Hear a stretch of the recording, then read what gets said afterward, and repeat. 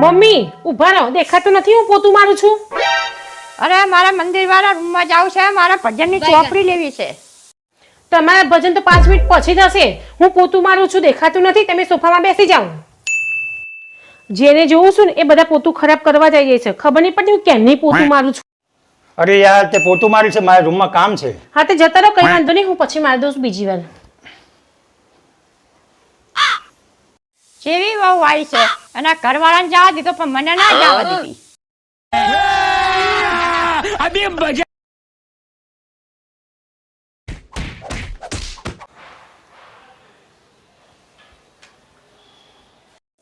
વહુ હવે પોતું હું કઈ ગયું, હવે મંદિર વાળા રૂમમાં જાઉં.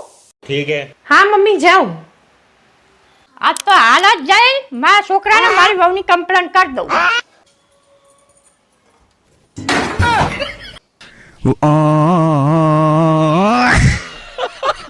મમ્મી પોતું હુકાયું.